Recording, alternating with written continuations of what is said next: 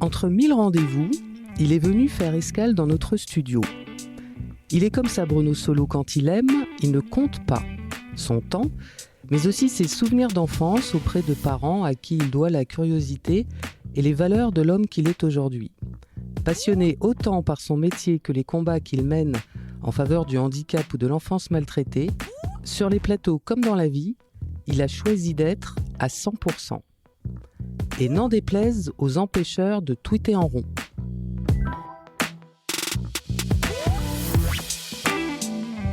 D'ombre et de lumière, quand les personnalités de la télé tombent le masque.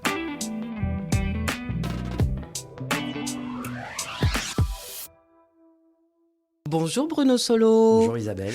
Je suis très très heureuse de t'accueillir dans ce podcast. Et la première de mes questions, et tu vas me voir venir, j'ai envie de te demander, est-ce que tu as eu des difficultés pour venir jusqu'à nous ? Est-ce que ça a bien roulé, Bruno Solo ? Alors, le grand embouteillage, effectivement. Ça, L'incroyable embouteillage. Oui, parce que le grand embouteillage, c'était un film de Comencini dans les années 70, qui était d'ailleurs plutôt très tragique, et dans lequel il y avait un dénominateur commun, ou plutôt une dénominatrice commune, c'est Miu Miu, qui jouait dans le film de Comencini et qui joue avec nous, ce quel honneur, dans L'incroyable embouteillage. Donc le 5 juillet sur M6. Voilà, film que j'ai tourné, alors comme ça, à l'arrache. J'étais en train de tourner une série pour France Télévisions à Marseille, qui a duré très longtemps, 3 mois et demi, puisque c'est un 6x52 pour l'année prochaine. Et là, mon agent m'appelle, me dit « Ah, tiens, il y a un projet, 2 jours sur un film. » Je dis « Mais je peux pas. » Et en fait, les 2 jours off que j'avais sur le film à Marseille m'ont permis de venir. Et j'étais, super content. Raconte-nous un peu ce personnage. Mais il est dingue, ce personnage. Le réalisateur David Charon, pour ceux qui nous écoutent, c'est lui qui avait fait notamment De l'autre côté du périph' avec Omar Sy et Laurent Lafitte, il y a quelques années. Le premier, pas le deuxième. Et il m'appelle et il me dit, voilà, j'ai un personnage dans un film à sketch. Déjà, j'aime bien le principe, un peu comme les comédies italiennes burlesques et tout, justement, des années 70. Il me dit, c'est autour d'un embouteillage. Et comme je suis un peu cinéphile, je pense tout de suite à ce film-là. Lui aussi me dit, oui, c'est une référence, sauf que moi, je le tire vers l'humour, le burlesque, alors que l'autre, celui de Comencini, était plutôt une tragédie. Bref, il me dit ça, donc film à sketch, il me dit, il y aura Gilbert Melki, il y aura Lionel Abelanski, il y aura Élodie Pou, Joséphine Draille, Miu Miu, Thierry Lhermitte, plutôt des gens que j'adore en plus, dont certains que je connais bien, Elise Moon. Et je lui dis, d'accord, et c'est quoi mon personnage ? Eh bien, c'est un biker.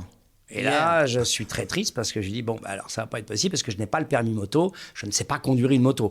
Et puis quand on dit biker, on se doute bien que c'est pas une mobilette, que c'est tout de suite un gros cube. Voilà, une Harley, je sais pas quoi. Et il me dit, effectivement, c'est une Harley Davidson, ce sera même la mienne. Double responsabilité. Tu n'as pas le permis, en plus le réalisateur te file sa moto. Je lui dis, écoute, ça va pas le faire. Il me dit, mais je te rassure, tu es dans un embouteillage, comme je viens de te le dire, et donc la moto ne bouge pas. Là, d'accord. Je veux bien composer un biker. Et l'histoire, elle est dingue parce qu'il y a plein de petites histoires qui s'entremêlent, qui se rejoignent, qui s'éparpillent dans le film. C'est une sorte de grand puzzle abracadabrant et complètement dingue comme ça. Et l'histoire qui me concerne, c'est sans aucun doute la plus dingue et c'est la plus vraie. C'est celle qui est inspirée d'une histoire quasiment vraie. En gros, c'est l'histoire d'un biker avec ses camarades. Ils sont 9 et 8, très exactement. Et ils vont enterrer le président du groupe de bikers. Du club, voilà. Ce sont des bikers juifs pratiquants. Et ce groupe existe vraiment. Il s'appelle les Biker Tov. Et les comédiens qui jouent avec moi, à part Lionel Abelanski, Joséphine et Gilbert Melki, Joséphine Draille et Gilbert Melki, sont tous les vrais membres de ce groupe de bikers. Ils sont religieux, c'est-à-dire ils s'arrêtent de temps en temps pour prier, etc. Alors, c'est pas des radicaux, ce sont des religieux, voilà, qui ont une foi sincère et certaine, et voilà, et qui, à un moment dans leur vie, se sont retrouvés face à un dilemme. Ils s'apprêtaient à aller enterrer l'un des leurs, et ils se sont retrouvés dans un embouteillage, et il a fallu envisager de l'enterrer au bord de la route. Pourquoi ? Parce que le lendemain, enfin dans quelques heures, c'était Shabbat. Et au moment de Shabbat, effectivement, les Juifs pratiquants ne peuvent pas faire quelque chose. Et surtout pas une action comme rouler, enterrer, etc. Donc, enterrés, mais il faut encore qu'ils roulent jusqu'à l'endroit où leur camarade devait être enterré. Donc ils ont envisagé à un moment de l'enterrer au bord de la route. Un truc de fou quand même. Ouais. Et puis finalement, bon, l'embouteillage s'est résorbé, ils ont réussi. Mais il s'est inspiré de cette histoire, David, parce qu'il fait partie de ce groupe de bikers. Okay. Il est membre d'honneur, alors qu'il il participe, et ils lui ont dit, ils lui ont raconté cette histoire, et en fait, de cette histoire, je crois, là je m'avance peut-être, mais David a inventé et à broder tout autour toutes les autres histoires avec les différents comédiens. Et donc je me suis entendu dire que tu avais un look d'enfer. Quand vous êtes biker, vous avez un look d'enfer. Autrement, c'est pas la peine d'être biker, je pense. Oui, alors j'ai effectivement le blouson en cuir qui appartient d'ailleurs lui aussi au réalisateur. J'ai le jean qui va bien, les chaînes de partout, la kippa sous le casque, évidemment, la kippa, et puis voilà, les grosses bagues à tête de mort. Et d'ailleurs, c'est quand même très drôle parce que ce sont des bikers, donc comme je l'ai dit, religieux, pratiquants, respectueux, mais leur logo, c'est une tête de mort avec une kippa et les petites papillotes comme. C'est quand même. Non, mais c'est vraiment, c'est tellement singulier, tellement original. Mais c'est un monde sincère et c'est et les gars sont hyper sympas, ils m'ont accueilli et puis bon, ils ont des codes quand même, donc j'ai essayé de tout de suite parce que je n'avais que 2 jours. Nous avions tous les uns les autres 2 jours de tournage, comme c'est un film à sketch. Donc moi j'avais ces 2 jours, je pouvais pas dépasser parce que j'ai tourné un lundi et un mardi, et le mercredi je devais être à Marseille pour continuer mon film. Et en plus ça aussi, quand j'ai appelé David Charron, parce qu'au début je savais pas du tout de quoi ça parlait, il m'a dit t'as quoi comme look en ce moment? J'ai dit écoute, oui, j'ai un look particulier, et comme je suis raccord, c'est-à-dire que je ne peux pas avoir un autre look même si je fais un film, surtout sur 2 jours, c'est plus possible. Sur 2 jours, donc je me dis, je te préviens, j'ai une barbe et des grosses moustaches qui descendent jusqu'à la commissure des lèvres et des grosses rouflaquettes. Ça, c'est le look que j'ai sur l'autre film. J'ai dit, tu vas pas le croire parce que je te demande de faire un biker, voilà. Donc tout allait bien. Toutes les planètes étaient formidablement alignées. J'ai adoré faire ce personnage. C'était drôle avec ces gars qui sont sincères et qui ne sont pas comédiens. Et puis retrouver Lionel Belansky, qui est vraiment un type dont je suis très proche. Et mon Gilbert. Et ton Gilbert Melki, la vérité. Qui joue un psychopathe enfermé. Parce que la deuxième histoire, c'est qu'à un moment, ils se résignent à enterrer leurs copains, mais ils sont 9. 8 bikers. Ouais. Le gars qui conduit les pompes funèbres, qui conduit le corbillard, qui est donc immobilisé. Et ils sont 9. Mais pour enterrer un juif, il faut être 10. Voilà, selon le rite, évidemment. D'accord. Si vous ne suivez pas le rite, peu importe. Mais si vous suivez le rite et que vous êtes pratiquant, il faut être 10. D'accord. Donc, ils cherchent un juif au milieu de l'embouteillage. Ils se disent, il n'y a pas de problème, on va trouver il y a bien quelqu'un de confession juive. Ça ne veut pas dire que tous les gens de confession juive sont prêts à faire cela. Ne sont pas tous nécessairement pratiquants, religieux. Il y en a qui s'en foutent. Il y en a qui préfèrent dire qu'ils ne le sont pas. Donc, ils enquêtent. Alors, vous vous appelez comment? Ah oui, mais alors votre mère, elle était où? Elle habitait où? Enfin, ça devient un truc, mais c'est complètement délirant et burlesque. Et j'ai adoré faire ça. Et ça s'entend. Et puis ça s'entend et ça se voit. Ouais, c'est vrai que c'était rigolo, quoi. 2 jours. Donc rendez-vous le 5 pour en savoir un peu plus. Pour en savoir un peu plus, parce qu'il y a, bien sûr, j'ai parlé de mon histoire qui il y a concerne, plein de comédiens. Mais il y a plein, effectivement, d'histoires qui se croisent. Et Elie Moon qui joue un jaloux compulsif. Voilà, Vanessa Guild qui fait croire à son patron qu'elle est en télétravail alors qu'elle est bloquée dans sa bagnole. Enfin, il y a plein de blagues. Thierry Lhermitte et Miu Miu qui jouent un couple qui se disputent autour d'un jeu radiophonique sur lequel qui est susceptible de leur faire gagner un grand voyage alors qu'ils sont en instance de divorce. Et voilà. Bon, voilà, c'est très drôle, c'est très burlesque. Hein, ça va. Il y a aussi, bien évidemment, Patrick Timsit et ma grande copine Armelle. Enfin voilà, il y a du monde, il y en a pour tous les goûts, j'espère. Et puis je trouve que voilà, faut le regarder pour ce qu'il est, une vraie comédie très burlesque. Hein, va très, ça pousse loin les curseurs vers le surréalisme, vers l'ironie, vers le. Ça fait du bien en ce moment. Ça fait du bien. Dans ces périodes un peu troubles. En règle générale, ça fait du bien, et là en particulier, c'est vrai.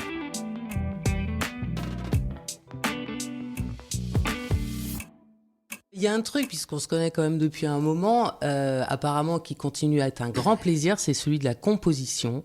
Ah oui. Hein, voilà. Est-ce qu'aujourd'hui tu peux mettre des mots sur ce plaisir-là sans que tu te couches sur un divan, mais qu'est-ce que ça signifie pour toi de composer, voilà, qu'est-ce qui se passe? Je crois que c'est la quintessence même de notre métier. L'idée quand on est petit, à un moment, lorsqu'on est petit, quelque enfant qu'on soit, on joue aux cow-boys, aux indiens, on joue au docteur, on joue au marchand, à la marchande, on joue aux pompiers, on joue à faire un personnage qu'on aime bien dans un dessin animé, qu'on a vu à la télé, un héros. Donc, très tôt, on compose, on raconte une histoire, ou on se fait raconter des histoires. Donc, on aime rêver au travers des histoires qui ne nous concernent pas directement, et on aime tout d'un coup jouer, même à cache-cache, c'est une composition. Voilà, et quand on grandit et qu'on garde un peu peut-être cette part d'enfant, on se dit, je vais peut-être faire un métier, si tant est qu'on soit attiré par ce métier, je vais peut-être faire un métier dans lequel je vais pouvoir retrouver cette part d'enfance, composer et jouer à quelqu'un d'autre. Eh ben, c'est ça, composer. Composer un personnage, c'est tout d'un coup se mettre au service et dans la peau d'un personnage qui peut être éloigné de nous. Quand il est proche, c'est autre chose. Et ça fait appel parfois à des choses un peu plus cathartiques qui sont un peu plus embêtantes. Mais quand il est très éloigné, on peut y camoufler et on peut y mettre en vrac et nos angoisses, et nos espérances, et nos questionnements, nos joies, nos peines. C'est quand même, à mon goût, évidemment, parce qu'un boulanger vous dira qu'il fait le plus beau métier du monde, et je lui dirai, tu as raison, si tu le penses. Une journaliste, un garagiste, un ouvrier, je ne sais pas. Il y a quelques métiers dont on se dit, effectivement, c'est difficile de revendiquer que c'est le plus beau métier du monde, sans aucun doute. Mais la plupart des gens qui font leur métier avec passion le disent. Et moi, comme j'aime passionnément mon métier, je le revendique comme étant le plus beau du monde. Parce que avoir la chance, à l'occasion, c'est un poncif que de le dire, mais de vivre plein de vie, c'est formidable. Et puis, c'est vrai que ça aide quand vous êtes petit, moins sûr de vous, un peu dans l'introversion, dans la timidité, dans une sorte d'angoisse de grandir. Je sais que beaucoup de grands timides, beaucoup de gens un peu anxieux, angoissés, se servent de la comédie pour tout d'un coup s'élever, s'élever un petit peu parce que quand vous êtes méprisé, vous devenez méprisable, mais quand vous avez la sensation qu'on vous estime, vous vous élevez. Et quand vous jouez des grands textes, même des textes contemporains, même des petits textes, si tant est que ça veut dire quelque chose, mais les grands textes, ça veut dire quelque chose, ça vous permet un petit peu de vous ouvrir à un monde que vous n'approchiez pas jusqu'à présent. Ça nourrit. On est des vampires bienveillants, les comédiens. On se nourrit d'une énergie qui n'est pas nécessairement la nôtre, celle des gens qu'on croise, celle des textes qu'on lit, celle des réalisatrices et des réalisateurs qui ont une vision. On se nourrit de cette énergie, pas pour les vider, eux, de cette énergie, mais juste pour se nourrir. Donc je crois qu'on est des vampires bienveillants. Et c'est plutôt agréable. Ça donne la vie éternelle, en plus, il paraît. Donc là, on est dans une sorte d'entretien avec un vampire. Oui, elle est très bonne. Elle est très, très bonne. Est-ce que, justement... Surtout venant de la part d'une femme qui s'appelle Isabelle Dombre et qui parle de vampire, dont on ne voit pas le reflet. Ombre et lumière. Loin de moi cette idée. Est-ce qu'à force, la petite question Sigmund, est-ce qu'à force de justement d'incarner des personnages différents, on se rend compte soi-même? Oui, à l'occasion. Mais c'est comme les rencontres avec soi-même, c'est comme les rencontres avec les autres. On se perd aussi des fois. On se rencontre, on rencontre quelqu'un et puis après on le voit plus pendant quelques jours et puis quand on le revoit, ça vous ravive des souvenirs ou des angoisses, peu importe. En tout cas des émotions, quelles qu'elles soient. Et avec soi-même aussi, on croit se rencontrer et puis on se perd. Puis à nouveau, on se re-questionne. Donc oui, ça peut être, c'est un accélérateur peut-être d'émotions, mais c'est pas nécessairement tout le temps une autopsychanalyse. Mais moi, je me connais suffisamment, je crois, depuis. Je me surprends, il peut m'arriver de me surprendre encore, mais je me connais suffisamment et je crois que je me suis connu suffisamment avant même d'envisager de faire... Enfin, pas de faire ce métier, parce que j'ai eu envie de le faire très tôt, à 13 ans. Donc là, je n'ai pas la prétention de me connaître quand j'avais 13 ans, ou bien de me connaître. Je me fouillais, en tout cas, je me farfouillais, et dans tous les sens du terme. Quand on a 13 ans, on se farfouille beaucoup. Mais je veux dire, après, c'est quand j'ai commencé à vraiment faire ce métier sérieusement, en vivre, j'avais déjà passé des étapes suffisamment... formatrice, honnête, lucide et grave avec moi-même pour savoir à peu près où je mettais les pieds. Voilà. C'était quoi le décor de l'enfance du petit Bruno ? Une chambre commune avec ma sœur, déjà. Ça, nous n'avons jamais eu, puisque si, moi, ma sœur aussi. On a toujours grandi dans la même chambre. On s'entendait bien, heureusement. Puis de toute façon, on n'avait pas le choix. On vivait dans un petit appartement. Très sympa, très chouette, très, très joyeux. Vous étiez à Paris ? À Paris, dans le Marais. Non, pas dans le Marais d'ailleurs. Plutôt, j'étais à l'école dans le Marais. Victor Hugo, Charlemagne, Sophie Germain, côté Saint-Paul-le-Marais, tout ça. Mais je vivais plutôt du côté de Beaubourg, rue Saint-Martin. J'ai vu Beaubourg se construire. J'ai vu les Halles se construire, je suis vieux. J'ai vu les Halles et Beaubourg se émerger du sol comme ça. Et nous vivions dans une petite cour, rue Saint-Martin, avec ma maman, mon papa, ma sœur et moi. Dans une ambiance plutôt joyeuse, avec quelques tensions parfois, comme inhérentes à toutes les familles. Mais on était une famille aimante. On se le disait, on partageait beaucoup de choses.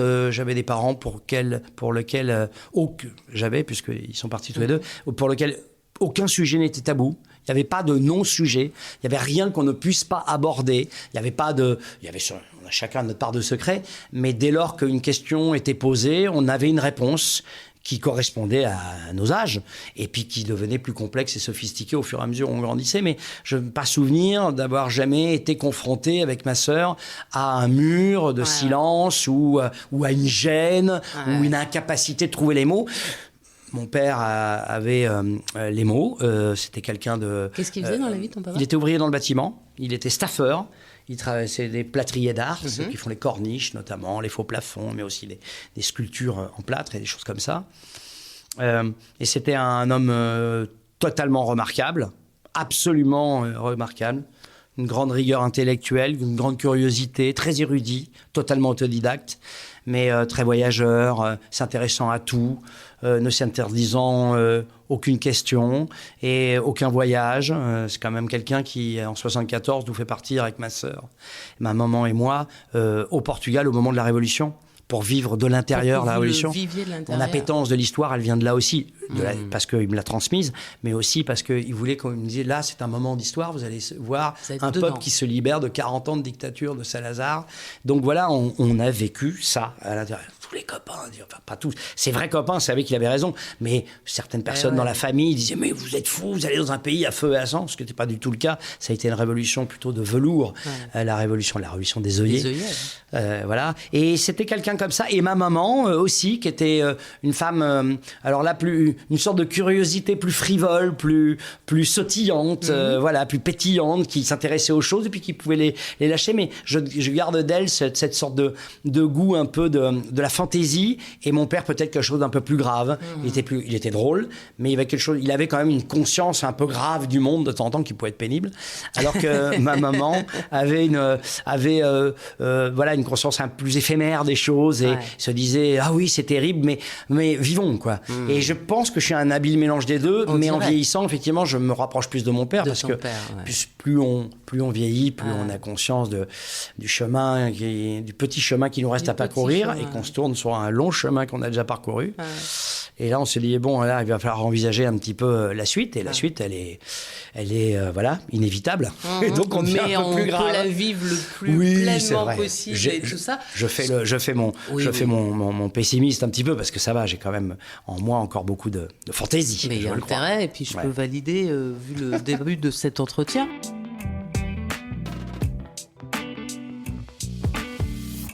Ça vient de là, la liberté de parole, parce que je trouve que quand on observe comme ça ton parcours, tu es quelqu'un, j'ai le sentiment, qui connaît précisément, et j'utilise le mot à dessein, le système, mais qui s'est fait une part de liberté dans ce système et qui dit les choses quand il a envie de les dire. Ça vient de là Oh, sans aucun doute, ouais. Mon père, il me disait une phrase de Nietzsche qui était une sorte de mantra. Il me disait « Il m'est odieux de suivre autant que de guider ». Et je trouve que c'est un mantra magnifique, c'est-à-dire ni être un panurgien, voilà, nous pour autant se sentir un chef. Moi d'ailleurs, le mot guide m'ennuie un peu. J'ai rien contre les guides de montagne, qui sont là, ou dans les musées.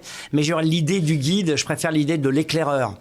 Le phare qui vous attire. Le guide, il y a la bannière, donc il faut se mettre en dessous. Voilà, voilà. Et puis c'est un mot qui, lorsqu'il est traduit en allemand, on en connaît les conséquences. Mais blague sordide à part, je veux dire, je me sens ni panurgien, je veux avoir mon libre arbitre, un sentiment de liberté, un sentiment de pouvoir aller où je veux, tout en ayant conscience aussi que, bon, voilà, voilà, il y a des règles, on vit en société, etc. Ouais, c'est ça. Mais je suis très attaché, effectivement, à la vigilance qu'on se doit d'avoir, à la vigilance intellectuelle qu'on se doit d'avoir sur les choses. Donc, je pense qu'effectivement, ça me rend relativement libre dans les limites de ma liberté. Hein. Je connais la phrase de Cavana qui disait « La liberté se mesure à la longueur de la chaîne ». Oui. Non, mais c'est vrai, il a raison. Voilà, je me sens comme un fleuve en furie parfois, mais j'ai conscience des rives qui m'en serrent aussi. Voilà, je sais qu'il y a finalement, je peux pas non plus déborder et tout. Ceux qui le font, soit ce sont des ermites qui décident de tout lâcher, soit des vrais révolutionnaires, des séditieux, tout ce que vous voulez. Et là, je sais pas si j'ai ni les épaules, ni voilà. Mais j'admire ceux qui ont cette capacité. J'admire les Garibaldi, j'admire Louise Michel, pardon, j'admire Rosa Luxembourg, j'admire des gens comme ça qui ont cette capacité de soulever autour d'eux. Mais moi, je les observe avec respect, avec admiration. Mais je veux garder cette capacité de liberté. Et la liberté de parole, je l'ai d'autant plus que, et c'est pas rien de le dire aujourd'hui, mais je suis absent des réseaux sociaux, par exemple. Et je suis Tes grands amis, les réseaux sociaux. Ouais, mais j'ai rien contre, fondamentalement, quand je vois comment s'en servent certains, comme mon épouse, par exemple. Je trouve qu'elle a une formidable manière de les utiliser et que même souvent, elle m'a éclairé sur qui des spectacles, qui des expos, qui des événements sportifs, musicaux, des balades, en me disant, tiens, là, je suis sur un groupe. Bon, moi, il n'y a pas de problème. Mais moi, je ne suis même pas un ancien déçu. Je ne suis pas quelqu'un qui est allé sur les réseaux sociaux et qui les quitte, comme certaines de mes copines et copains qui font mon métier ou pas, qui me disent c'est fini. Moi, j'y suis jamais allé. Donc, lorsque je m'exprime sur des sujets et qu'on me dit attention, tu vas te faire démonter sur les réseaux sociaux, c'est fort possible. Et il y a toujours des bonnes âmes pour vous le rappeler. Oh là là, tu t'es fait démonter hier sur les réseaux sociaux. Mais ça ne m'atteint beaucoup moins, pour ainsi dire, pas du tout, parce que j'y vais pas. Donc, je m'en fous fondamentalement. Quand j'ai fait Caméra Café, par exemple, spécial 20 ans avec le Bollock, on a commencé à nous dire attention, aujourd'hui, votre humour un peu féroce avec ces deux personnages infâmes que sont Jean-Claude qui sont et des Hervé, monstres, précisons-le, des monstres attachants. Mais... des monstres attachants, comme l'était De Funès, mais qui sont, qui appuient là où ça fait mal, qui homophobes, qui sexistes, qui phallocrates, qui un peu racistes, qui cupides, obséquieux, enfin, ils ont rien. C'est toutes nos boîtes noires, en fait. Voilà. Mais bon, voilà, c'est des caricatures. Et on nous a dit, on peut plus peut-être parler de la même manière de sujets comme, par exemple, le harcèlement, le sexisme, les attentats, la crise climatique et ce sur quoi on nous a un peu emmerdé sur les gilets jaunes. Et puis il y a un autre truc qui m'échappe. Bon, peu importe. Je veux dire, tous ces sujets qu'on a abordés dans Caméra Café 20 ans déjà, on les a abordés avec nos personnages, avec l'ADN de nos personnages. On nous a dit, on peut vous le reprocher. Ok, on peut nous le reprocher. J'en ai rien à foutre. J'en ai strictement rien à foutre. C'est un one-shot, etc. Pour autant, j'ai tout à fait conscience que je ne pourrais plus refaire Caméra Café au quotidien. Pas parce qu'on ne peut pas, parce qu'on peut toujours le faire, mais parce que ce qui est terrible aujourd'hui, c'est qu'à cause de certains réseaux sociaux et de journalistes qui reprennent l'ambiance qu'il y a sur les Twitter, sur Instagram, je ne sais pas quoi, ils vous demandent de venir vous justifier. Alors vous avez écrit sur les attentats, est-ce que vous pensez que vous êtes à la bonne place? Est-ce que vous pensez que c'est votre c'est à vous de le faire, voilà, votre rôle, voilà, c'est ça, pardon. Et j'ai envie de leur dire, mais je t'emmerde, oui, je fais ce que je veux, l'humour est totalement libre, le blasphème, on y a le droit, la caricature, on y a le droit, dès lors qu'on n'est pas hors la loi et qu'on n'est pas dans la diffamation, justement des blagues ouvertement raciste, antisémite, sexiste et tout, comme l'a fait l'ami Dieudonné à une époque. Enfin, l'ami, c'est évidemment avec des guillemets. Mais voilà, là, lui, il est effectivement, il a subi les coups de la loi parce qu'il était hors la loi. Le cadre, c'est la loi. Voilà, le cadre, c'est la loi. Mais nous, avoir à se justifier dans des émissions devant Pascal Praud, Bruce Toussaint, je prends les deux extrêmes, un gars que je connais bien, un autre que je connais moins. Et voilà, de devoir justifier tout ça. Mais j'ai envie de dire, mais attendez, mais dans quel monde on vit? Je fais de l'humour. Blanche Gardin l'a très bien compris. Quand elle fait des trucs, maintenant, Blanche Gardin, elle dit, mais moi, voilà, tout est dans ma série, je ne donnerai pas d'interview. Ouais. Moi, je ne suis pas aussi radical qu'elle, je donne des interviews. Merci pour nous. Oui, je donne des interviews, je m'explique et tout, si la question m'est posée. Mais elle dit, il y a tout dedans, voilà, c'est mon œuvre, ça parle de moi et de ma complexité, de mes zones d'ombre, de mes joies, de mes peines. Faites-en ce que vous voulez, je n'ai pas à justifier. C'est comme si à chaque fois qu'un peintre peignait une toile, qui devait venir la justifier. Non, c'est pas ça, l'art. Alors, nous, on fait un art, effectivement, qui s'adresse directement au public, donc c'est normal, c'est légitime d'avoir, si ce n'est à rendre des comptes, en tout cas d'expliquer un peu ce qu'on a voulu dire. Mais alors, après, devoir répondre à des gars qui nous disent « Vous n'avez pas honte de parler comme ça des femmes ?» Non, c'est nos personnages qui ont honte. Mais moi, vous comprenez bien qu'on dénonce au travers de ce qu'on fait. Ouais, mais c'est peut-être pas le droit, c'est peut-être pas à vous de le faire. Ah bon, mais c'est à qui alors de le faire? C'est à qui de le faire? Bonne question. Si c'est pas nous qui, au travers de personnages monstrueux, dénonçons le sexisme, l'homophobie, les attentats, les dérives de la police, la pollution, la dérive des politiques, enfin, tout, voilà, l'humour, ça a toujours. Molière n'a jamais fait que ça. Clairement. On le considère comme le plus grand, et à juste titre, dramaturge français. Il n'a jamais fait qu'à travers de l'humour dénoncer les maux de cette société. C'est pour ça que ça a fait grincer 2-3 dents au XVIIe voilà. aussi. Et que pourtant, Louis XIV, du haut de l'État c'est moi, de tout son règne, et des monstrueuses conneries qu'il a faites, en tout cas, il avait conscience qu'il fallait laisser cette part de liberté à la culture. Donc, si des imbéciles ne le comprennent pas sur les réseaux sociaux, et si des imbéciles, des fois de journalistes, viennent nous demander de nous justifier au nom de ce qui est écrit sur les réseaux sociaux, je dis, mais t'as un avis, toi? Oui, alors c'est ton avis qui m'intéresse, pas celui des réseaux sociaux.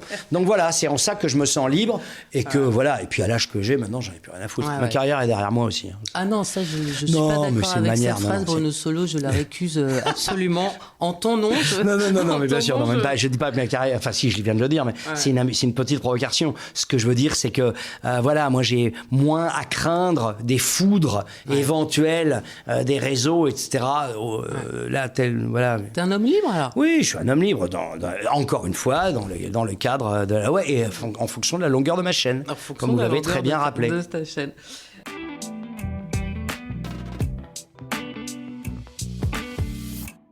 Alors évidemment, tu l'as évoqué, on ne peut pas discuter tous les deux sans évoquer l'homme de ta vie.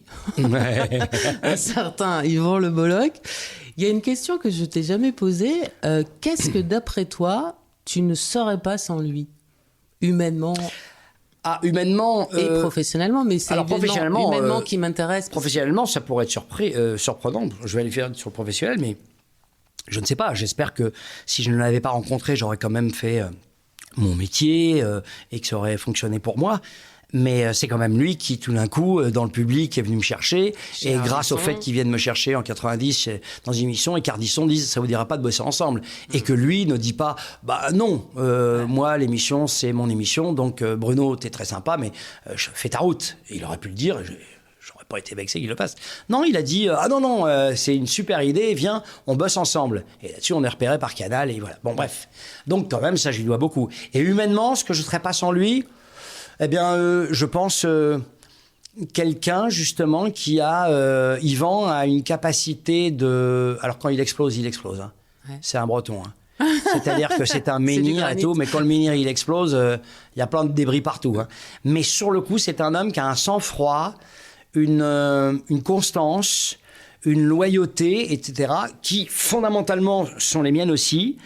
Mais en le voyant comme ça agir, en le voyant au quotidien pendant toutes ces années où nous avons travaillé ensemble, il était une sorte de garde-fou. Je me dis, ne dérive pas, Bruno. Regarde la droiture de l'homme, regarde sa constance, regarde son intégrité. Et je pense que j'étais cet homme-là. Mais comme je suis un peu soupolé, bien plus que lui... Voilà, un peu plus éruptif, un peu plus aussi de temps en temps un peu exalté, je sentais qu'effectivement on peut dévier et tout d'un coup avoir des mots qui dépassent votre pensée ou avoir des attitudes qui peuvent être mal prises par d'autres. Et il avait cette capacité à me ramener vers là. Et moi, en revanche, je lui ai amené cette fièvre un peu, cette dinguerie au quotidien, cette capacité peut-être à sortir un peu de son cadre. Parce que c'est quelqu'un qui bouillonne beaucoup de l'intérieur, mais qui garde une certaine constance. Alors maintenant qu'il est sur les réseaux sociaux, il a bien changé, il s'éclate un peu plus. Mais je pense que j'ai été un inspirateur d'exaltation pour lui. C'est joli cette complémentarité. Hein, ouais, je pense. Parce que c'était toi, parce que c'était lui. Ouais. Quoi. Il y a vraiment. C'est Bossuet et Montaigne, c'est ça. C'est magnifique parce que, enfin, Bossuet et Montaigne, toute proportion gardée. Hein. Bien sûr. Il est loin d'être Bossuet et je suis loin d'être Montaigne et vice versa. Et réciproquement, mais pas vice versa. Mais oui, parce que c'était lui, parce que c'était moi. Ouais. Ça, c'est évident. Je connais beaucoup de duos qui ont explosé en plein vol. J'en connais aussi qui restent, qui sont solides. Je pense à Cadet Olivier, par exemple. Et à d'autres. Je pense plus lointain à des gens qui nous ont beaucoup inspiré dans notre manière de fonctionner. Dans notre duo, c'était Poiret et Serrault, parce qu'on est de une génération où Poiret et Serrault, quand on avait une vingtaine d'années, ils étaient encore très forts d'actualité. Mais c'est vrai que Yvan et moi, il y a une fidélité, une loyauté, une constance, et puis une évidence. Attention, hein, ça a pu être... Ça n'a jamais été chaud entre nous. Ça n'a jamais été... Il n'y a jamais eu de moment de rupture où on s'est dit là, je ne veux plus le voir, je ne veux plus entendre parler de lui. Jamais. Mais il y a eu des moments de fight comme ça, en direct. Mais ça toujours... Il n'y a jamais eu d'abcès à crever. C'est-à-dire qu'on se parlait assez facilement, lui comme moi. Et voilà. Là, quand on a fait Caméra Café 20 ans déjà, ça a été compliqué. Ça a été compliqué parce que ça fait longtemps qu'on n'était pas revenu sur le métier quand même. Et donc, il avait oublié à quel point je pouvais être directif. Et j'avais oublié à quel point il avait besoin de temps. Ah oui, et moi, je suis quelqu'un d'un peu impatient. Lui, il est quelqu'un de plus... il est dans la langueur. Il paraît qu'il est très, très en retard, que le premier jour, il a loupé le train. Quoi, il a loupé le train le premier jour, il est souvent très en retard. Et puis, de temps en temps, il est là, genre, moi, je dis, bon, alors, on va faire ci, on va faire ça, on va filmer comme ça. Attends, tu penses que... Et là, l'heure tourne. Et donc, voilà. Il est moins affolé que moi. Voilà. Et donc, de temps en temps, je dis punaise, Yvan, je t'en prie. Et je dis punaise, vous dites, mais j'ai bien que je disais pas punaise. Mais punaise, Yvan, je t'en prie, là, il faut qu'on bosse et tout. Par exemple, et puis de temps en temps, il se contente. Et on fait un sketch et il me dit, bon, je crois qu'on l'a, là. Je dis, non, Yvan, on l'a pas, il faut qu'on refasse. Oh, dis donc, qu'est-ce que t'es exigeant. Je dis, mais punaise, c'est la base de la qualité de notre travail, l'exigence, non? Oui, t'as raison. Voilà. Donc, mais on s'aime profondément. Il y a que sur la musique qu'on n'est pas d'accord là-dessus. On s'est jamais rejoint. Ah ouais? Non. Moi, à un moment, j'étais le batteur de son groupe, mais jouer Joby Joba pendant des séances entières, ça a été mon cauchemar. Donc, j'ai créé mon groupe dissident, un groupe de rock qui s'appelait Grosse Caisse. Et je l'ai laissé avec et ses guitares acoustiques. J'avais un peu de mal, moi, là. Ça j'écoute, je vais voir ses concerts, j'écoute son disque et tout. Mais je mentirais si je disais que j'écoutais sa musique en boucle.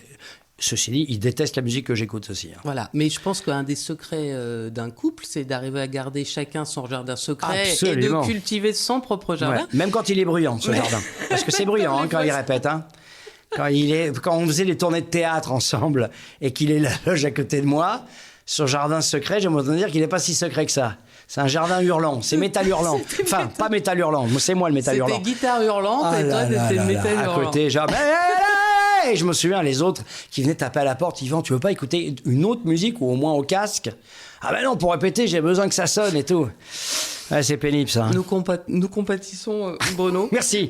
On va revenir justement à ton itinéraire professionnel, puisque donc tu as démarré avec le succès fou et puis la création d'un concept. Ça, enfin là, on l'avait déjà dit. Mais... Ah oui, c'était en 2001, parce qu'on a démarré un peu 11 ans avant. Il y a un moment où justement, tu n'étais pas que le mec qui faisait rire, l'auteur, etc.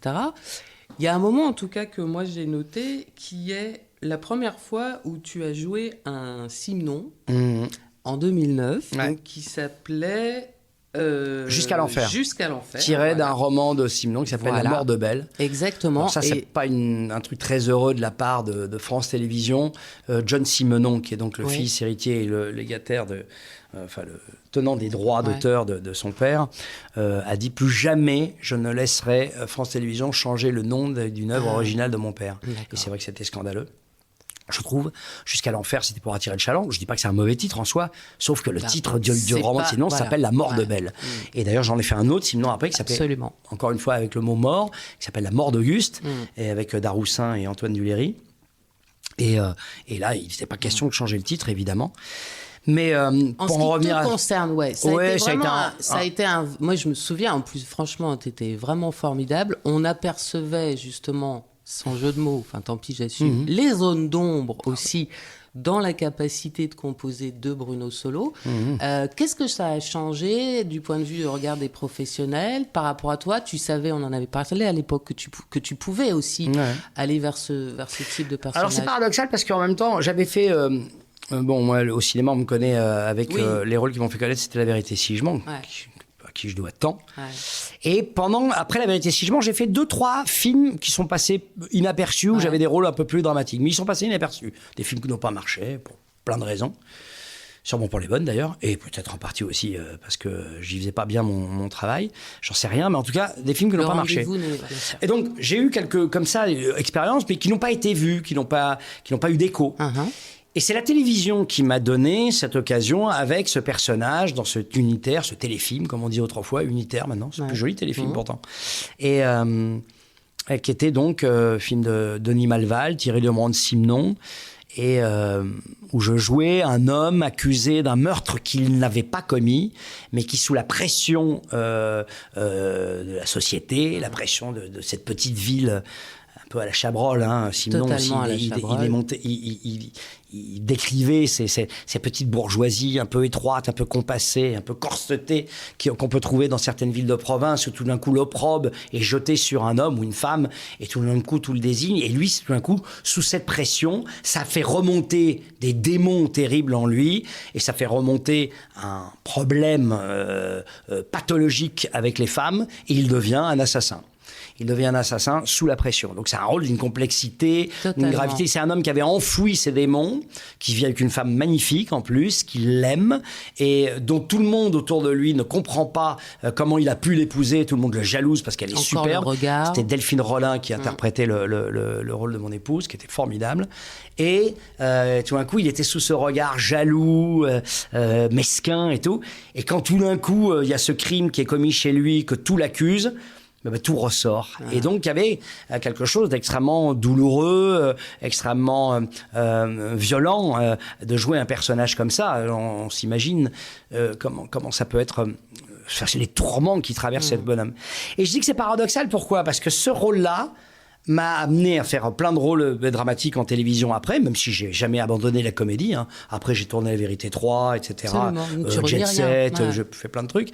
Peu importe, mais comme c'était en télévision et que c'était très marquant et que j'ai commencé à faire beaucoup de films télé, ça m'a totalement fait disparaître du cinéma. Moi, je suis quelqu'un qui ne tourne quasiment plus pour le cinéma. Ça fait bien 4-5 ans que j'ai pas tourné un film, et même que je reçois quasiment pas de scénario de film. Si, je reçois des scénarios de films, de premiers films dont tu sais, parce que d'expérience, ça fait plus de 30 ans que je fais ce métier, dont tu sais qu'ils ne vont pas se monter, qu'ils ne trouveront pas les financements, c'est des scripts qui n'ont pas de producteur, et que je reçois par le biais de mon agent, ou même chez moi, de temps en temps, ou par le biais de ma boîte mail. On me dit, voilà un film, j'aimerais le monter. Bon, je les lis, des fois c'est bien, des fois souvent il y a à boire et à manger, et plutôt de la cantine, c'est pas de la bistronomie, c'est le moins qu'on puisse dire des fois, mais je sais qu'ils vont pas se monter. Mais des scénarios vraiment dont tu sais qu'avec une réalisatrice ou un réalisateur de renom ou qui va se bosser, qui vont se faire avec des partenaires et tout. Non, mais comment tu l'expliques ? Parce que je pense que je suis très identique. Alors je sais pas, peut-être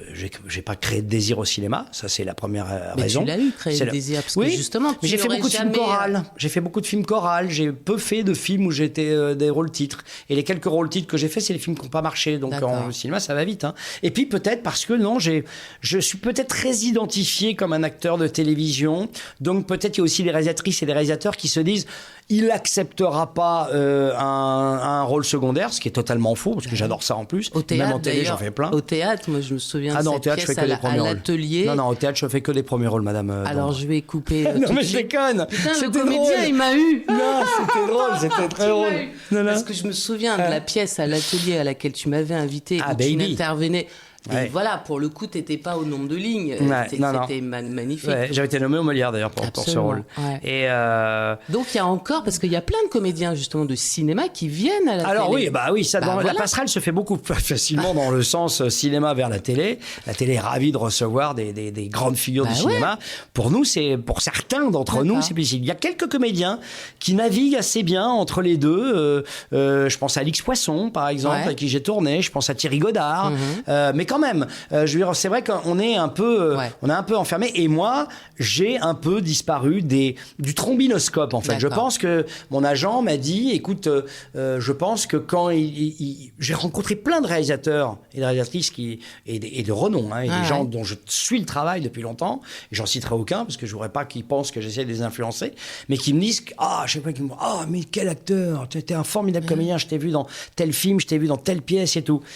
Et moi, je ne demande pas. Donc, je leur dis pas, alors, qu'est-ce que vous attendez? Mais au moment où ils font leur film, même pour un 3e ou 4e rôle, ça leur vient pas à l'esprit. Peut-être que je suis trop marqué télévision, que j'en ai fait trop, et que les gens vont se dire, on va avoir du mal à le sortir de ce rôle-là. Alors que je fais des rôles très diversifiés. C'est justement Mais je suis ni frustré, ni inquiet, fondamentalement, parce que je sais que ça peut venir comme ça. Tout d'un coup, il y a un réalisateur, une réalisatrice qui peut se dire, mais il serait pas mal, lui. Appelle-le, tiens. Et puis, tout d'un coup, le rôle impacte. Vous avez 2-3 jours dans le film, mais le rôle est... Et puis, tout d'un coup, il y a aussi un effet de mode. Tout d'un coup, ils se disent, dis donc, mais je l'ai vu solo dans le film de machin, là, il était vachement bien. Ce serait bien pour le mari de... Voilà. Et ça peut venir comme ça. Comme je ne suis pas frustré, puisque je tourne beaucoup et que je fais beaucoup de théâtre, et puis que j'ai des émissions d'histoire et tout... mes bouquins, vraiment j'aurais du mal à me plaindre quand je vois certaines ou certains qui viennent et qui profitent des plateaux de télé. Déjà, il faut avoir la chance d'être invité sur les plateaux de télé ou de radio ou être interviewé dans la presse et qui viennent en disant « oui, je travaille pas assez, on m'appelle pas pour tel truc ». Je trouve ça d'une indécence et d'une obscénité totale. D'accord. Quand on a la chance de travailler, c'est pas qu'on fait profil bas, c'est qu'on se contente de ce qu'on a et on ne dit pas pourquoi on ne m'appelle pas. Et d'ailleurs, vous avez vu, là, quand je le parle, je le dis de manière générique et je n'accuse personne. Le fait est, c'est un constat, voilà. Et c'est peut-être mon destin déjà. Et puis, comme je ne suis pas frustré, voilà, je ne réclame rien, mais je constate qu'effectivement, depuis quelques années, j'ai disparu du désir des gens qui font du cinéma. Mais les désirs, par définition, ça vient. Enfin, ça dépend. Dans un couple, il ne faut pas que ça vaille. Mais quand ça vient, ça va. Ouais, voilà. Tout à fait.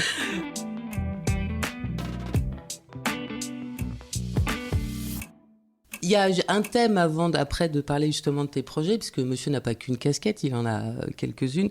Mais je voulais pas ne pas l'aborder avec toi, c'est l'enfance et tes engagements, parce que là aussi, ça rejoint la personne que tu es. Donc là, on va aborder quelque chose d'un peu plus grave, mais en revanche, des combats absolument nécessaires. Donc tu es parrain de La Voix de l'enfant, tu es parrain aussi de Personnage. Qu'est-ce qui t'a... Parce que ce sont des combats difficiles, ce sont des combats insoutenables, on n'est pas forcément équipé. Où tu trouves la force et comment tu gères au quotidien ça? C'est marrant parce que la question m'a souvent été posée et j'y ai répondu dans la préface que j'ai fait sur un livre sur une femme qui a mené un combat pour récupérer une enfant qui avait été abusée et dont personne ne s'occupait. Bref. Et j'avais fait la préface de ce livre. Et dans la préface de ce livre, j'expliquais que non, je ne suis pas un enfant qui a été ou maltraité ou abusé, ni par mes parents, ni par des proches, ni par un inconnu ou une inconnue. Bon, la plupart du temps, 99 fois sur 100, c'est des hommes. Donc, mais justement parce que, je reviens à ce que je disais au début de notre entretien, parce que justement, dans notre famille, on parlait de tout. Et très vite, j'ai été... j'ai eu, les éléments de langage nécessaires pour pouvoir en parler librement lorsque je posais même la question, lorsque j'entendais parler de ces sujets à la télévision, que je lisais un article sur ces sujets-là. Je me sentais... et donc, je ne sais plus, une fois, j'ai parlé de mon engagement auprès de Droit au logement, avec qui j'étais avec Yvan, le DAL. Et des gens de La Voix de l'enfant m'ont entendu parler. Et ils ont trouvé, c'est ce que m'avait dit Martine Brousse à l'époque, il y a plus de 20 ans, qui est donc la présidente de La Voix de l'Enfant. Elle m'a dit, je t'ai entendu parler, non pas uniquement de manière compassionnelle, charitable et pour caricaturer un peu larmoyante, je ne dis pas qu'il faille pas le faire, hein, il faut avoir de la compassion, et c'est même essentiel, mais pas simplement en disant c'est terrible ce qui arrive à ces gens qui n'ont plus, mais avec quelque chose peut-être qui était effectivement les éléments de langage de quelqu'un qui parlait un peu du sujet en sachant à peu près de les mots qu'il fallait employer, et puis un discours peut-être un peu plus c'est pas militant, mais un discours un peu engagé, pas simplement dans sur le pathétique. Et sur le pathétique. Et donc elle m'a dit, ça te dirait de t'engager là-dessus. J'ai travaillé 1 an avant d'accepter. Pendant 1 an, j'ai voulu savoir exactement où je mettais les pieds, et j'ai vu où je mettais les pieds. Dans la barbarie la plus absolue, dans les crimes les plus innommables, les agressions faites sur les enfants, les viols, les coups, la maltraitance la plus terrible, dans tous les milieux, quels qu'ils soient. Hein, ça touche absolument tous les milieux, les plus défavorisés comme les plus dits protégés, ou même cultivés. J'ai vu des images, je sais pourquoi je me suis engagé. J'ai vu des images terribles, des images qu'il faut avoir vues, que voient les gendarmes, que voient les médecins, que voient les avocats, que voient les bénévoles, que voient les gens qui s'engagent dans ces associations. Je sais pourquoi je travaille, je sais où est le combat. Et à partir de là, une fois que j'ai été capable d'en parler sans me laisser rattraper par une émotion légitime, mais qui brouille parfois le discours, quand je me suis senti suffisamment solide, j'ai dit « Ok, je m'engage ». Et je le fais depuis des années. Je vais dans des écoles pour parler de ces sujets-là, je sais de quoi je parle à peu près, je participe à des discussions autour de projets de loi. Mon combat maintenant a été un peu plus large, maintenant il est aussi beaucoup sur les violences conjugales, les violences faites aux femmes, qui sont des combats qui se rejoignent 9 fois sur 10, parce que la plupart des femmes battues sont aussi des femmes d'hommes qui battent leurs enfants, et les enfants qui assistent aux coups portés contre leur mère. Les dommages sont absolument collatéraux. On travaille notamment avec La Voix de l'Enfant l'année dernière pour faire passer une loi autour du fait que les enfants témoins des coups portés sur leur mère soient aussi considérés comme victimes et pas simplement comme témoins, qui puissent bénéficier d'un accompagnement pour pas développer plus tard des traumatismes terribles. Donc voilà, tous ces sujets-là, je les connais, je les maîtrise, je suis moins surpris que d'autres, à part ceux qui sont engagés comme moi, mais moins surpris que d'autres quand on me dit tu te rends compte, ça arrive, c'est arrivé là encore une fois, ça arrive sans arrêt. Je suis moins surpris de leur dire qu'un enfant sur 5 est un enfant qui a connu des traumatismes, alors pas nécessairement toujours des viols barbares, etc., mais au moins des coups, mais un enfant sur 5, un enfant sur 8, alors là on est sur déjà des proportions d'enfants qui ont été abusés, que 80% des agressions faites sur les enfants le sont au sein de la famille ou de l'entourage proche, que donc le prédateur isolé, effectivement c'est épouvantable, on ne peut rien faire contre un Dutroux, un Fourniret ou des gens comme ça, mais ça reste des épiphénomènes par rapport à ce problème de santé publique, à savoir que la famille peut-être parfois et très souvent, et la plupart du temps, dans les cas où ça arrive, sont eux les bourreaux, et que les bourreaux sont souvent eux aussi, pas tout le temps, d'anciennes victimes, et qu'on ne peut pas éradiquer l'idée qu'il y aura toujours des violences comme ça, mais on pourrait enrayer le phénomène en s'occupant tout de suite des enfants, notamment des petits garçons, qui, dès lors qu'ils sont suivis judiciairement, qu'ils sont suivis psychologiquement et que leur affaire est prise en compte, ne reproduisent pas. Par contre, il y a un potentiel que ceux dont on ne s'occupe pas puissent éventuellement reproduire. Et pour les femmes qui ont subi, parce que c'est 75% d'agressions sur des jeunes filles ou des petites filles et 25% sur les garçons, les femmes, elles, qu'elles ne développent pas une idée de docilité ou de soumission au coup, de victimisation, etc. On sait, on a les moyens, on sait comment faire, il faut se donner les moyens. Donc voilà, quand j'ai ce discours-là, c'est pas juste un discours, on dit c'est terrible, faudrait les enfermer. Non, t'es dans le réel, en fait. Oui, t'es dans le réel, et puis je connais les chiffres, etc. Et pour personnage, c'est parce que je travaillais à La Voix de l'Enfant que 5-6 ans plus tard, ils sont venus me voir. Et ça, c'est un sujet qui me touche Pas tout à fait directement, mais le handicap a toujours été un sujet qui m'a touché. J'ai toujours été. J'habitais en fait à côté d'une école où il y avait beaucoup d'enfants trisomiques, et je ne sais pas pourquoi j'ai toujours une tendresse pour eux, pour leur regard, parce qu'ils sont dans la vérité tout le temps. Et puis je sais pas, il y en a certains. Alors il y en a qui sont, attention, hein, il y a différents degrés. Il y en a qui sont très très atteints. Il n'y a pas de communication possible. Mais j'étais copain avec notamment un, et je sais pas, il me touchait. Quand je suis rentré à Personnage, enfin je sais pas, il me touchait. Si, je sais pourquoi il me touchait, parce que voilà, il me prenait la main. Que je me suis occupé d'enfants comme ça lorsque je donnais des cours d'équitation à des enfants trisomiques en Bretagne. J'ai fait parce que je montais à cheval, et plutôt pas mal, et ils ont un rapport, ces enfants, les enfants autistes ou qui ont certains handicaps ont un rapport très particulier au cheval, qui est un animal qui est très sensitif et tout, et ça se passe très très bien souvent. Voilà. D'ailleurs, il y a même des thérapies autour du cheval. Et donc, voilà, ils m'ont contacté, et puis j'ai eu envie de m'y impliquer. Alors là aussi, pareil. Là, pour le coup, j'ai découvert aussi, évidemment, je n'ignorais pas les handicaps physiques et mentaux très lourds, mais là, j'ai vu notamment une maison Personnage dont je suis le parrain, qui est à Bois-Colombes. Oui, là, vous avez affaire à un handicap qui pour les parents, par exemple, qui pour les accompagnants, les parents, la famille, c'est ingérable. Seul, c'est ingérable. Seul, c'est absolument gérable si on n'y a pas des structures pour accueillir ces enfants et ces adultes, parce que mes Personnages accueillent autant des enfants que des adultes. Mais c'est des handicaps très très lourds. Il n'y a aucune autonomie possible. C'est pas des enfants qu'on peut mettre dans la société, parce que de toute façon, ils n'ont pas ni les moyens physiques, ni psychologiques, ni mentaux pour le faire.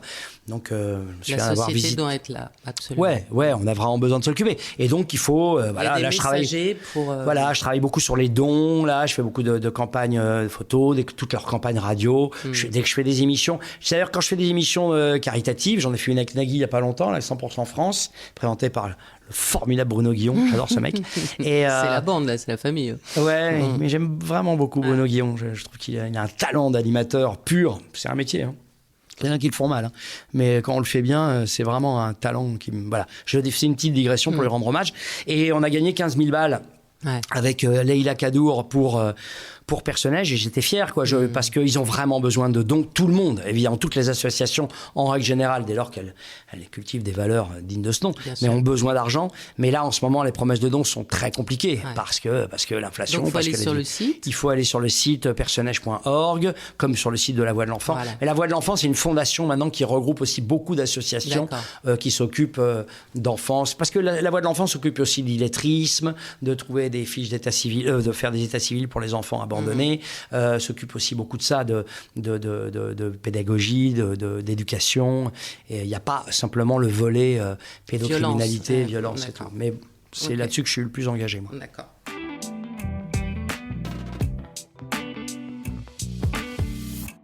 Alors, avant de conclure, on va refaire un petit détour par la fiction et par l'histoire, parce que là aussi, on ne peut pas papoter avec Bruno Solo sans parler d'histoire, d'autant que tu es en plein tournage de la nouvelle saison de La Guerre des Trônes. Donc, c'est la saison 7. Comment ça se présente? Là, vous en êtes tout par rapport à... Alors, l'année dernière, on a fait donc La Guerre de 7 ans, qui est une période passionnante, puisque c'est la vraie première guerre mondiale. On devrait dire que c'est la première guerre mondiale. Il y a des débats d'historiens là-dessus, mais bon, il est trop tard maintenant. Mais voilà, la mort de Louis XV et le début du règne de Louis XVI, ça c'était l'année dernière, c'était absolument passionnant. Il y avait Plaza qui était venu faire une petite... Stéphane Plaza qui est venu faire... Oui, il va revenir là ? Il revient cette année. Et ça c'est la production, hein. Moi je ne m'occupe pas du casting. Moi je suis dans la partie où je présente les événements, la salle des cartes, où j'explique un peu la géopolitique du moment. Voilà, le passeur d'histoire. Et puis de temps en temps, pour illustrer ce que je raconte, il y a des fictions qui sont tournées avec d'excellents comédiennes et comédiens. Tout ça réalisé par Vanessa Ponté, ma grande complice, qui réalise et les fictions et mes plateaux. Et là, cette année, c'est la Révolution française, évidemment, mais vue au travers des cours européennes, puisque c'est la guerre des trônes ou la véritable histoire de l'Europe. Donc c'est toujours l'Europe par le prisme européen des autres cours qui observent cette révolution en France et qui craignent pour leur souveraineté, qui craignent pour leur royaume, qui craignent pour leur pouvoir. Et c'est très intéressant. Et c'est vu aussi au travers de 3 femmes. 3 femmes que je ne vais pas dévoiler pour l'instant parce qu'on est sur 2, on n'est pas encore sûr. Non, mais parce que pour 2, on n'est pas encore sûr. Voilà, on n'a pas encore sûr bon, voilà, mais il y a plein de femmes qui ont vécu la révolution de l'intérieur. Il y aura des surprises et il y aura des... Voilà.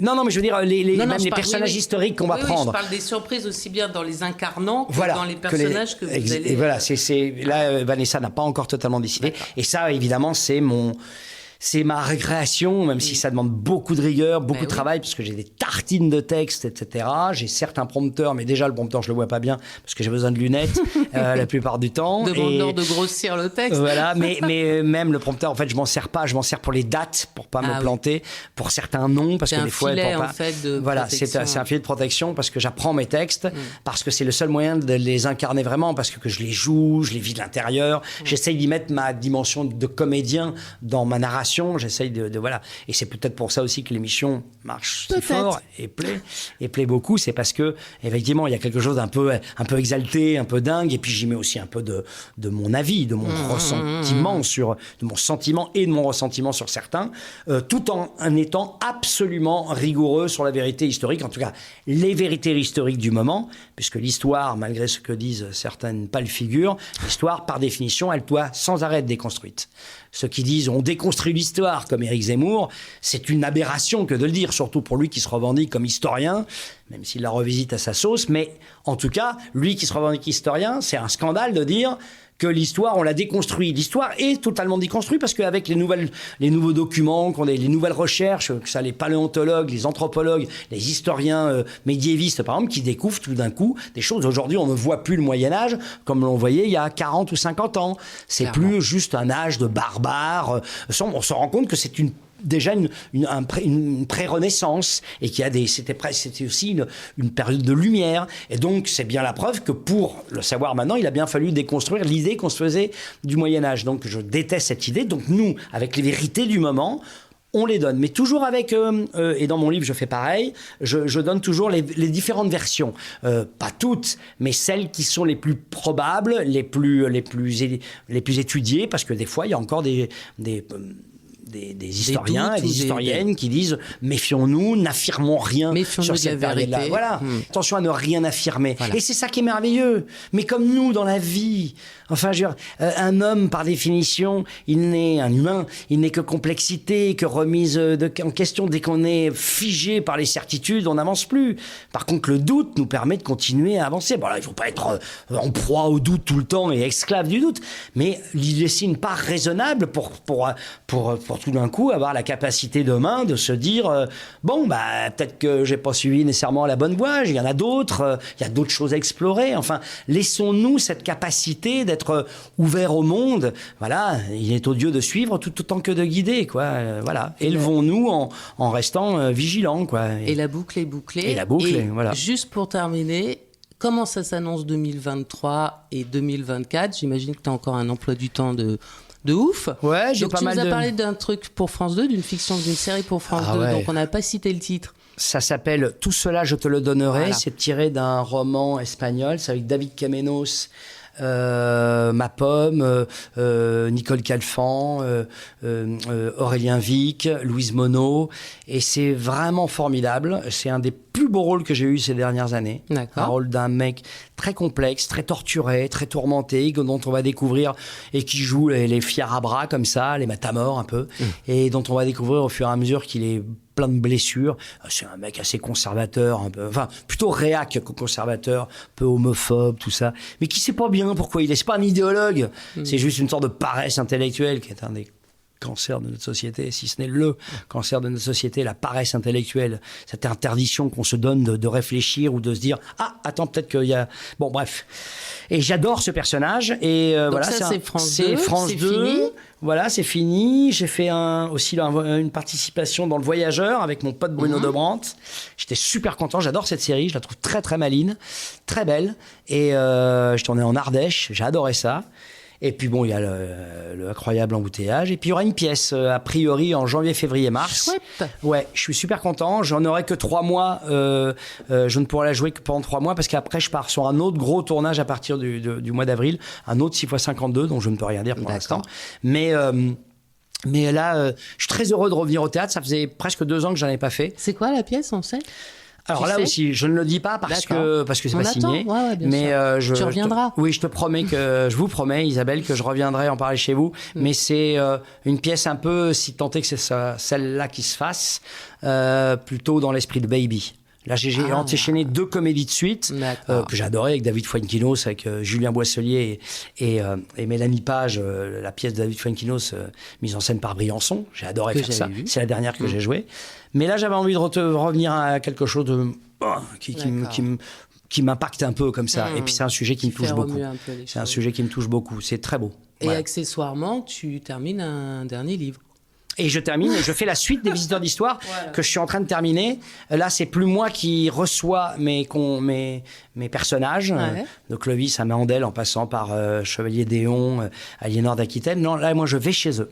Donc, je vais chez Cléopâtre, chez Suétone, chez Rabelais, chez Artemisia Gentileschi, chez la Comtesse de Ségur, chez Bria Savarin, chez Jacques de Molay. Et voilà, je vais chez eux, donc je visite. Donc, il est plus philosophique, celui-ci. C'est-à-dire que c'est aussi l'errance d'un homme qui va à la rencontre de personnages qui m'ont marqué, qui me touchent, qui font partie de ma pensée ou qui m'ont intrigué, parce que La Comtesse de Ségur, par exemple, c'est le grand paradoxe de ma vie. C'est le livre que je lisais en cachette. C'est-à-dire que c'était pire pour mes parents que de lire un livre dégueulasse, coquin ou un livre pornographique, pour parler clairement. S'ils m'avaient chopé avec un livre porno à 12 ans, ils m'auraient moins engueulé que quand mon père m'a vu avec La Comtesse de Ségur. Parce qu'il me dit, mais qu'est-ce que c'est? Tu lis cette vieille réa qui était... Mais bon, en même temps, c'était un jeu entre nous. Mais c'est vrai que je m'en sers pour parler. Et en même temps, La Comtesse de Ségur, derrière, déjà c'était une femme extraordinairement passionnante. On va découvrir beaucoup de choses. Enfin, on va découvrir pour ceux qui ne la connaissent pas. Et puis, dans mon livre, il y a je m'appuie sur des choses qui ont déjà été écrites sur elle. Il n'y a pas de scoop en disant ça. Mais je vais me l'approprier d'une manière un peu particulière parce que j'ai un rapport ambigu avec elle. C'est elle aussi qui, à 12 ans, m'a fait découvrir ce qu'allait être pour moi la grande littérature. C'est-à-dire que c'est par La Comtesse de Ségur que j'ai découvert Stendhal, Flaubert, Hugo. Hugo, je l'avais découvert un peu avant, parce qu'on le découvre petit, on est un peu forcé. Mais Stendhal, Flaubert et Balzac, surtout. Voilà, pour la littérature française. Et c'est au travers de l'écriture de Ségur. Maintenant, effectivement, lire Ségur aujourd'hui, si vous avez le recul nécessaire, c'est à pisser de rire. Tellement c'est moralisateur. On notera ce petit conseil. Et là, je vais te mettre au défi. Ça s'appelle le voyageur d'histoire. Le premier s'appelait Les Visiteurs d'Histoire. Ah, là, c'est le voyageur d'Histoire. D'accord. Pardon. Donc, je vais te mettre au défi, pour terminer, en un mot. Je te mets dans l'ambiance. Qu'est-ce qui fait courir Bruno Solo? La curiosité. C'est la seule qualité qu'on ait le droit, chacun d'entre nous, de revendiquer. Tout le reste, c'est aux autres de le dire, nos défauts. Enfin, nos défauts, ça, c'est l'honnêteté de chacun de le dire. Il faut être honnête avec nos défauts. Par contre, avec nos qualités, ça peut vite apparaître comme quand même de la prétention, de la forfanterie ou de la fanfaronnade, pardon, je voulais dire. Mais non, mais curieux, on peut le revendiquer. Et moi, je crois que c'est le mot que je retiens le plus, c'est peut-être a été curieux, voilà. Et curieux si je devais avoir une épitaphe, ce serait, j'y pense à l'instant là, a été curieux. Espère que cette curiosité continuera à être entretenu, si tant est qu'il existe quelque chose, parce que je suis athée agnostique, mais j'adorerais être surpris. Je fais partie de ces athées agnostiques qui adoreraient être surpris après. Eh ben, tu reviendras si jamais t'as la de l'au-delà. Et de l'au-delà. J'adorerais de là-bas, dans le royaume des ombres. Dans le royaume des ombres, il est parfait. Encore 1000 fois merci Bruno. C'était une fois de plus un super entretien, 100% Bruno quoi. Merci. À très bientôt. Cool. Merci Isabelle. Au revoir. C'était Isabelle Dombre, j'espère que cette rencontre vous a plu. Si vous en voulez plus, retrouvez tous nos entretiens sur téléloisirs.fr et sur votre plateforme de podcast préférée. À bientôt.